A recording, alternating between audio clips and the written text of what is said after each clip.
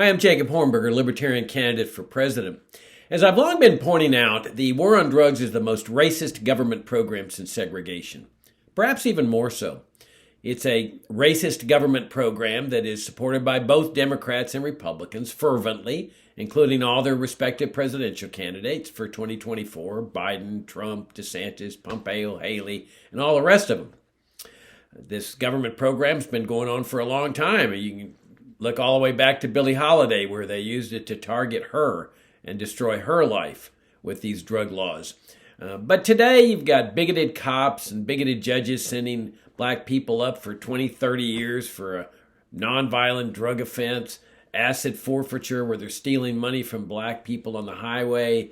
They have no-knock raids, stopping blacks on walking down the street, stop and search, intrusive questioning, ridiculous questioning. If somebody resists, they kill them. Now, I'm not suggesting that all judges and all cops are bigots, but when you have a racist government program like this, it certainly does attract the bigots. But another government program that relates to this one is the minimum wage. It's an absolutely racist government program in terms of how it operates.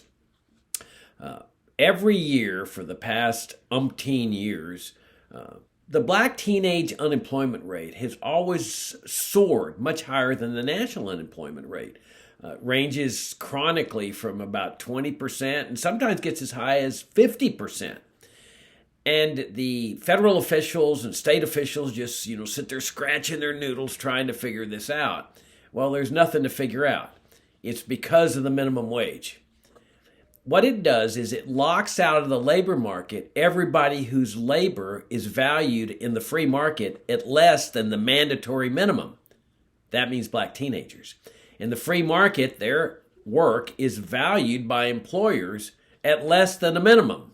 So if we set the minimum at $15 an hour, for example, every single black teenager whose labor is valued at $10 an hour or $8 an hour is locked out of the labor market.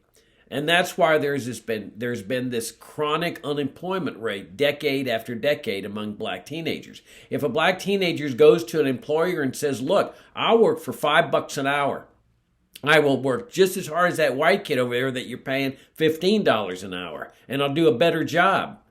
The employer says, I would love to hire you. I can make money and a bit more profits by hiring you, but I can't do it because the minimum wage won't let me.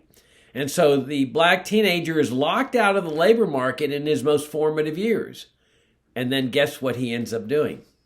Yeah, he goes into the drug trade because you can make a quick, big score in the drug trade because of the exorbitant black market prices that drug prohibition, the drug war brings.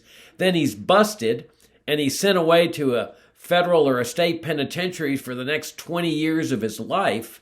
And then, of course, when he gets out, he's prohibited from voting and voting for people that want to end this evil, immoral, racist governmental system.